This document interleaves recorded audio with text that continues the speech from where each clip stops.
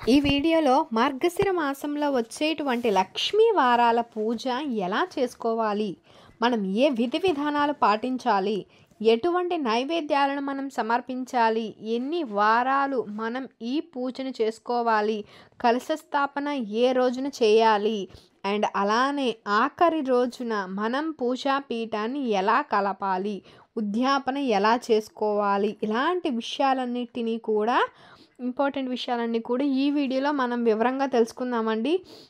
మీరు కనుక కొత్తగా ఛానల్ని వాచ్ చేస్తున్నట్లయితే ఛానల్ని సబ్స్క్రైబ్ చేసి మర్చిపోకండి. అండ్ పక్కనే ఉన్న బెల్ ఐకాన్ని క్లిక్ చేయండి. ప్రతి నోటిఫికేషన్ అనేది మీకు వస్తుందండి. అన్నీ కూడా శ్రీ మహావిష్ణువుకి ఎంతో ప్రీతికరమైనటువంటి మాసం మార్గశిర మాసం. ఈ మాసంలో మనం శ్రీ మహాలక్ష్మికి సంబంధించినటువంటి ఈ మార్గశిర లక్ష్మీ వార పూజ అనేది చేసుకోవటం అనేది చాలా విశేషంతో కూడినటువంటిదండి. ఈ వ్రతం ఎందుకు అంతటి విశిష్టత ఉంది? ఐశ్వర్యాన్ని ఇచ్చేటువంటి 5 వారాల అద్భుతమైనటువంటి మార్గశిర మార్గశిర వ్రతం. ఈ మాసంలో వచ్చే మొదట గురువారం నుంచి 5 గురువారాల పాటు ఆ తల్లిని నియమ నిష్టలతో కొలిచినటువంటి వారికి కోరిన వరాలను ప్రసాదిస్తుంది. అంతటి కనక మహాలక్ష్మి ఆ తల్లి. ఎవరైతే ఆర్థిక ఇబ్బందులతో బాధపడిపోతున్నారో తప్పనిసరిగా ఈ వ్రతాన్ని ఆచరిస్తే చాలా మంచిదండి. అలానే మార్గశిరంలో మహాలక్ష్మి ఎవరైతే మనస్ఫూర్తిగా ధ్యానిస్తారో పూజిస్తారో సంవత్సరంలో మిగిలిన 11 మాసాలలోనూ వారికి అష్టలక్ష్మి వైభవం అనేది సంభవిస్తుంది. వారికి ఎలాంటి అడ్డంకులు లేకుండా వారి యొక్క మార్గం విజయపదంగా మారుతుందని చెప్పవచ్చు. అంతటి శక్తివంతమైనటువంటి వ్రతాన్ని మార్గశిర లక్ష్మీ వారాల వ్రతం. ఈ వ్రతాన్ని చాలామంది కూడా గురువార లక్ష్మీ పూజ అని చెప్పి లక్ష్మీదేవి నోము అని, మార్గశిర లక్ష్మీ వారాల పూజ అని, ఐశ్వర్య లక్ష్మీ పూజ అని చెప్పి కూడా చెప్పడం జరుగుతుంది. ముందుగా లక్ష్మీదేవికి ఎవరైతే ఈ పూజ చేస్తూ ఉంటారో వారి యొక్క గృహాన్ని మనం ముందుగా క్లీన్ చేసేసుకోవాలండి. అంటే శుభ్రంగా ఉండాలి. మన దగ్గర పూజ చేయడానికి శక్తి లేకపోవచ్చు, పూలు పళ్ళు ప్రసాదాలు కొని చేసేంత శక్తి కూడా లేకపోవచ్చు అండి. ఆర్థికంగా ఎన్నెన్నో ఇబ్బందులు కలగవచ్చు, మంచి వస్త్రాలు ధరించే శక్తి కూడా లేకపోవచ్చు. అయినా సరే అమ్మవారి యొక్క పూజ, మీరు పెట్టేటువంటి చిన్న బెల్లం మొక్క అయినా సరే, చేసేటువంటి చిన్న పూజ అయినా సరే, పెట్టే ఒక్క పువ్వైనా సరే సంతోషంతో పెట్టండి. అదే ఈ పూజలో ముఖ్య నియమం. అంటే భక్తి ప్రధానం, ఆర్భాటం కాదండి. ఈ వ్రతాన్ని ఆచరించేటువంటి వారు తప్పనిసరిగా ఈ వారాలన్నిటిలో కూడా మాంసాహారము మద్యపానము ఎట్టి పరిస్థితుల్లోనూ చేయకూడదండి. చేసుకునేటప్పుడు ఈ వ్రతాన్ని 5 గురువారాల పాటు చేసుకోవాల్సి ఉంటుందండి. ఒకవేళ మార్గశిర మాసంలో మనకి 4 గురువారాలు వస్తే 5వ గురువారం పుష్యమాసంలో తొలి గురువారం రోజున ఆచరించి పూజను అయితే క్లోజ్ చేసుకోవాలి.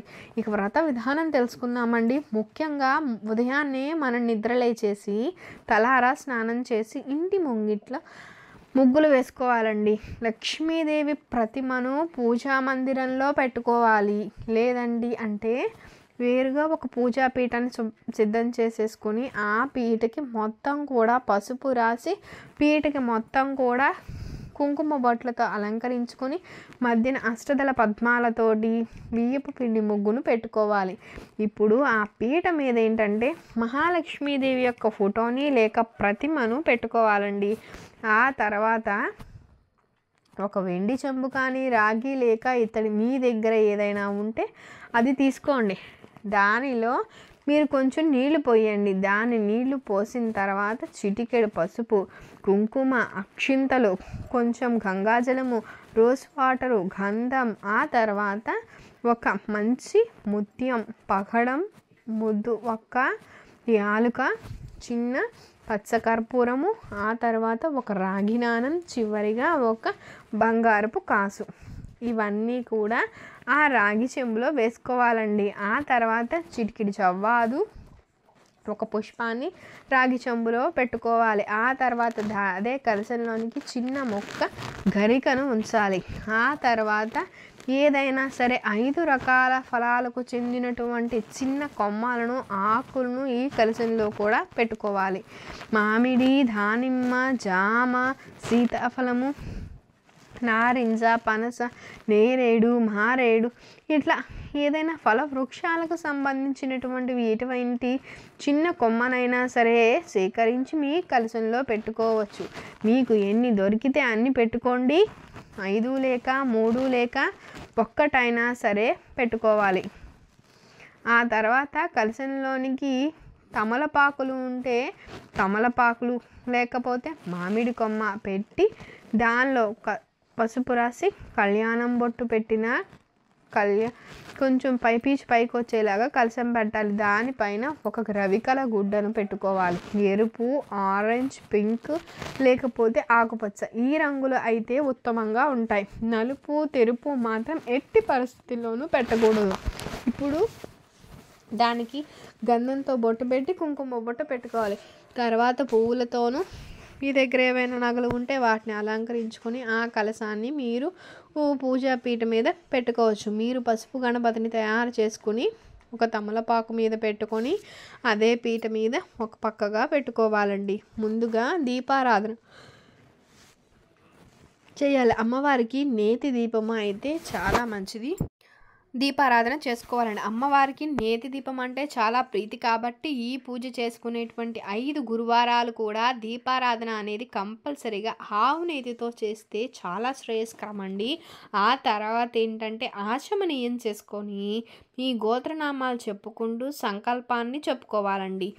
ఆ తర్వాత పసుపు గణపతికి మీరు షోడశోపచార పూజను నిర్వహించుకోవాల్సి ఉంటుంది. ఆ తర్వాత శ్రీ మహాలక్ష్మికి ధ్యానం చేసేసి కలశంలోనికి అమ్మవారిని ఆవాహన చేసుకోవాలి. అమ్మవారికి నిర్వహించేటువంటి ఈ షోడశోపచార పూజలో ప్రతి ఉపచారానికి మనం ఓం శ్రీ మహాలక్ష్మీ నమః అనేటువంటి మంత్రాన్ని ప్రతి ఉపచారానికి పఠించాలి.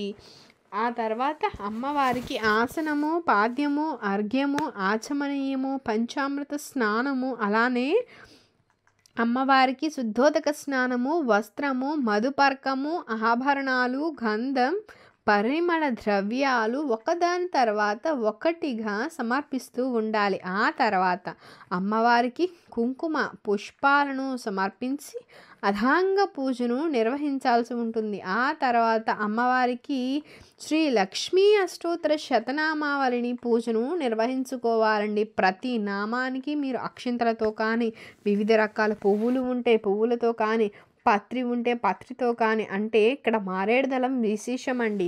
తర్వాత అమ్మవారికి ధూపం, దీపం, నైవేద్యాన్ని సమర్పించండి. ఇక్కడ ఇంకొక విషయం ఏంటంటే అమ్మవారికి నైవేద్యం సమర్పించేటువంటి విషయంలో ఒక్కొక్క గురువారము ఒక్కొక్క నైవేద్యం పెట్టాలండి. తొలి గురువారం రోజున అమ్మవారు పుట్టినటువంటి వారంగా ప్రఖ్యాతి చెందింది కాబట్టి ఈ రోజున మీరు అమ్మవారికి తప్పనిసరిగా పులగాన్ని పెట్టాల్సి ఉంటుంది. ఇక రెండవ గురువారం క్షీరాన్నం లేక పాలాన్నాన్ని నైవేద్యంగా సమర్పించాలి. మూడవ గురువారం అమ్మవారికి కుడుములను నైవేద్యంగా పెట్టాలి. ఇక 4వ గురువారం రోజున అమ్మవారికి చిత్రాన్నం మరియు గారెలను నైవేద్యంగా పెట్టాలి.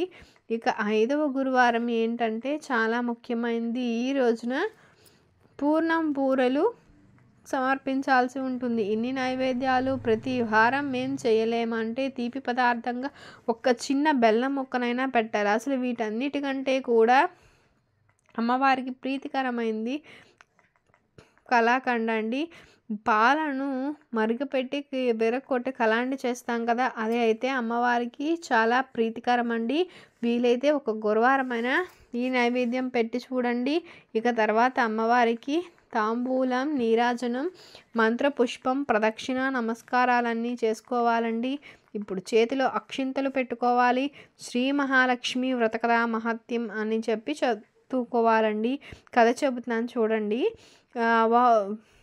లక్ష్మీదేవి కథ విన్నవారికి దుఃఖ దారిద్రాలనేవి తొలగిపోయి దీర్ఘాయువు ఆరోగ్యాది సంపదలు లభించి మనసులో ఉన్నటువంటి సకల కోరికలు తీరడానికి ఈ వ్రతాన్ని అయితే అందరూ ఆచరిస్తారండి. మార్గశిర మాసం గురువారం రోజున శ్రీ మహాలక్ష్మి పూజను గావించి అనంతరం ఏంటంటే ఈ వ్రత కథను శ్రద్ధాభక్తులతో అయితే చదువుకోవాలి. ఈ కథ ఏంటంటే ద్వాపర యుగంలో జరిగిందండి. సౌరాష్ట్ర అనే దేశంలో ఒక రాజు పరిపాలిస్తూ ఉండేవాడు. ఆ రాజు మహాపరాక్రమవంతుడే కాక విద్వాన్ వేదాంతుడు. అతని యొక్క భార్య పేరు సురచంద్రిక. ఆమె మంచి సౌందర్యవతే కాక గొప్ప పతివ్రతగా పేరు పొందింది. ఆ రాజు రాణికి 8 సంతానం కలదు. వారిలో 7 కుమారులు, 1 కుమార్తె.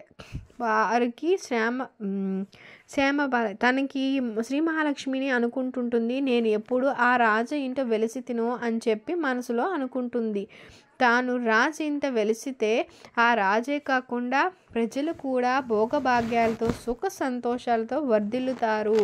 అదే ఒక దరిద్రుడి ఇంట వెలిసించిందనుకో ఆ కుటుంబమే భోగభాగ్యాలతో ఉంటుందని చెప్పి మహాలక్ష్మి ఒక వృద్ధ బ్రాహ్మణ స్త్రీ రూపం దాల్చి భక్తశ్రవ రాజు కోట ద్వారం దగ్గరకు వెళ్తుందన్నమాట. తన చేత్తో కర్రను శబ్దం చేసుకుంటూ సింహద్వారం వద్దకు వెళ్తుంది. ఆమెను చూసి ఒక దాసి ముందుకు వచ్చి, నీవు ఎవ్వరవు, నీ పేరేంటి, నీ నివాసం ఎక్కడా, నీవు ఎక్కడి నుంచి వచ్చావు అని చెప్పి అడగడం అయితే జరుగుతుంది. అప్పుడు వృద్ధ బ్రాహ్మణ స్త్రీ రూపంలో ఉన్నటువంటి మహాలక్ష్మి ఆ దేశీని గాంచి, అమ్మా నా పేరు కమల్, నా భర్త పేరు భువనేశ్వర్, నేను ద్వారకలో ఉంటాను.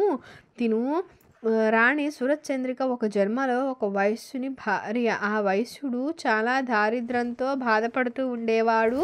అందువల్ల ఆ భార్యాభర్తలకి నిరంతరం తగాదాలతో సంసారం సాగుతూ ఉండేది. ఒక రోజున ఆ వైశ్యుడు తన భార్యని గట్టిగా కొడతాడు.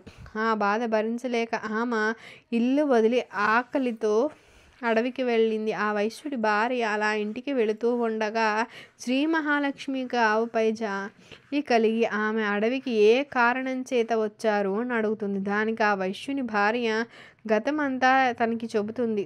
అందుకు ఆ తల్లి ఆ వైశ్యుని భార్యకు శ్రీ మహాలక్ష్మి వ్రతాన్ని ఉపదేశిస్తుంది. ఆ వైశ్యుని భార్య శ్రీ మహాలక్ష్మి యథాప్రకారంగా చేస్తుంది. ఈ వ్రతం పూర్తయ్యేటప్పటికి తనకి సకల సంపదలు కలుగుతాయి. ఎన్నో సంవత్సరాలు ఆమె వ్రతం చేసింది. ఈ వ్రతం చేసినన్ని రోజులు వారు సుఖ సంపదలతో ఉన్నారు. ఈ జన్మలో ఆ రోజు భద్రశౌనిగా రాణి సురచంద్రిక జన్మించారండి. వారు ఈ భోగభాగ్యాలతోటి మునిగిపోయి ఈ వ్రతం గురించి మర్చిపోయారు. ఆ వ్రతం గురించి చెప్పడం కొరకే ఇక్కడికి వచ్చాను నేను అని చెప్పి చెప్తుందన్నమాట. మా అమ్మగారు శ్రీ మహాలక్ష్మి వ్రతం ఎప్పుడు ఏ విధంగా ఎలా చేయాలో అని చెప్పి ఆ దాసి చాలా శ్రద్ధగా అడిగిందండి. ఆ వృద్ధ శ్రీ మహాలక్ష్మి వ్రతం ఎలా చేయాలి అనేది వివరిస్తుంది. మార్గశిర మాసం మొదట లక్ష్మీవారం నుంచి శ్రీ మహాలక్ష్మీ నారాయణ్ణి పూజించి మంచి పక్వాన్నం నైవేద్యంగా పెట్టి, ఓ మహాలక్ష్మి తల్లి, ఈ రోజున యథాశక్తితో పూజ చేస్తున్నాను, ఇప్పుడు నువ్వు ప్రత్యక్షం అవ్వు అని చెప్పి ఈ విధంగా లక్ష్మీదేవిని ప్రార్థించి నైవేద్యాన్ని పెట్టి ప్రసాదం కొంచెం స్వీకరించేది. బ్రాహ్మణునికి పెట్టి సకుటుంబము తినాలి. మార్గశిర మాసం గురువారం ఈ ప్రకారంగా పూజ చేయాలి. ఆఖరి వారం బ్రాహ్మణుని చేత వ్రతం చెప్పించుకొని దక్షిణ తాంబూలాలు ఇవ్వాలి. మా అమ్మగారు, నా వల్ల మీకు ఆలస్యం అయ్యింది. ఆ దాసి వృద్ధశ్రీకి సాష్టాంగ నమస్కారం చెప్పి, మా అమ్మగారు నేను వెళ్ళి రాణిగారిని తీసుకువస్తానని చెప్పి ఆ దాసి సురచంద్రిక వద్దకు వెళ్తుంది. సురచంద్రికతో ఆ దాసి పూర్వజన్మ వృత్తాంతం గురించి చెబుతుంది. ఆ మాటలు విన్న సురచంద్రిక, వృద్ధశ్రీ నాకు చెప్పడం ఏంటి అని చెప్పి కోపంలో అంతఃపురం నుంచి బయటకు వస్తుంది. ఐశ్వర్యంతో భోగభాగ్యాలతో మిగిలినటువంటి ఆమె గర్వంతో బ్రాహ్మణ స్త్రీ దగ్గరకు వచ్చి చాలా కోపంతో, అమ్మ, గత జన్మలో వృత్తాంతం తామంతా ఇప్పుడు జ్ఞానం చేస్తున్నాము, ఇక్కడి నుంచి వెళ్ళిపో అని చెప్పి చేతిలో కర్రను లాక్కొని కాలుతో తన్ని అవమానం పరుస్తుంది. దాంతో ఆ స్త్రీ ఓ దుష్టులారా, మీరు దేని గురించి ఇంత గర్వంతో మిడిసిపడుతున్నారు అని చెప్పి ఆ వృద్ధ స్త్రీ గట్టిగా గర్జిస్తుంది. నీవు నన్ను పొమ్మని చెప్పడం ఏంటి? నీ ముందే నేను వెళ్ళిపోతున్నాను. నీవు నన్ను అవమానించావు. నేను వెళ్ళిన వెంటనే నీకు తెలిసి వస్తుంది. అప్పుడు నీవు నన్ను శపించడానికి నీవేమైనా లక్ష్మీదేవి అనుకుంటున్నావా? శరశ్చంద్రిక కోపంతో ఆ వృద్ధ స్త్రీ చేతిలో కర్ర తీసుకుని అవతలికి తోసేస్తుందండి. లక్ష్మీదేవి లెగిచి నుంచుని కుంటుకుంటూ మూలుగుతూ వెళ్ళిపోతుంది. దారిలో వెళ్తూ ఉండగా శ్యామబాల నిలబడి ఉంటుంది. మా అమ్మగారు ఏమైంది మీకు అని చెప్పి అడుగుతుంది. దానికి లక్ష్మీదేవి రాజకోట వద్ద జరిగిందంతా ఆ రాజకుమారికి వివరిస్తుంది. మా అమ్మగారు జరిగిందంతా దానికి క్షమాపణ కోరుకుంటున్నాను 2 చేతులు జోడించి ఆవేదంతో అడుగుతుంది. ఆమెపై లక్ష్మీదేవికి దయగలుగుతుంది. శ్యామబాలకు శ్రీ మహాలక్ష్మి వ్రతం గురించి చెప్పింది. వ్రత విధానము చెప్పింది. ఆ రోజే మార్గశిర మాసం మొదటి గురువారం శ్యామబాల చాలా భక్తి శ్రద్ధలతో ఆ వ్రత చేసింది. సిద్ధేశ్వర్ అనే రాజుకు మాలాధర్ అనేటువంటి కొడుకు శ్యామబాలకు మాలాధర్కు వివాహం అవుతుంది. శ్యామబాల తన భర్తతో రాజ వైభవంతో సిరి సంపదలతో తులుతూగుతూ ఉంటుంది. లక్ష్మీదేవి కోపగించి వెళ్లడంతో భద్రసరాజు సిరి సంపదలు పోయి దారిద్ర్యం పట్టుకుంటుంది. పూటకి తిండి లేక ఒంటికి బట్ట లేక చాలా దారిద్ర్యంతో బాధపడుతుంటారు. ఒకరోజు సురశ్చంద్రిక ఆమె భర్తతో, స్వామి, దారిద్ర్యం వల్ల బతకడం చాలా కష్టంగా ఉంది. మన అల్లుడు బాలాధర్ రాజుగా ఉన్నారు కదా, మీరు వెళ్ళి మన పరిస్థితి చెప్పండి, అతనికి తోచింది ఇస్తే తీసుకురండి. సురశ్చంద్రిక అనేటువంటి మాటలకు భద్రశ్రవకు నచ్చాయి. అతడు అల్లుని రాజ్యానికి పయనమవుతారు. అతను భార్యలో ఒక నది ఒడ్డున ఆగి విశ్రాంతి తీసుకుంటారు. మీరు తీసుకొనుట పోవుటకు వచ్చిన శ్యామబాల దాసీలకు కనిపిస్తాడన్నమాట. ఆ దాసికి తన మొహం చూస్తే రాజులాగా, వేషం చూస్తే బికారిలాగా కనిపించి, మీరు ఎవరు, ఎక్కడి నుంచి వచ్చారు అని చెప్పి అడగడం జరుగుతుంది. దానికి అతడు, ఒకప్పుడు నేను సౌరాష్ట్రపు దేశపు రాజు భద్రశ్రవను అని చెప్పి చాలా కష్టంతో అంటాడు.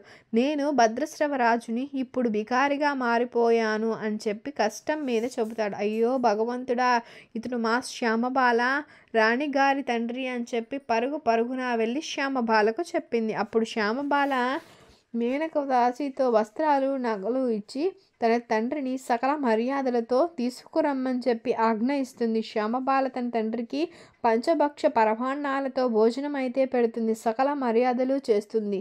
తండ్రి వెళ్ళేటప్పుడు ఒక బిందె నిండా ధనం ఇస్తుంది. ఆ రాజు ఆ బిందె నిండా ధనం తీసుకుని వచ్చేస్తాడు. ఇదిగో నీ కుమార్తె బిందె నిండా ధనం ఇచ్చింది అని చెప్పి సురశ్చంద్రికను పిలుస్తారు. ఆమె ఆ బిందె మూత తీసి తొంగి చూస్తుంది.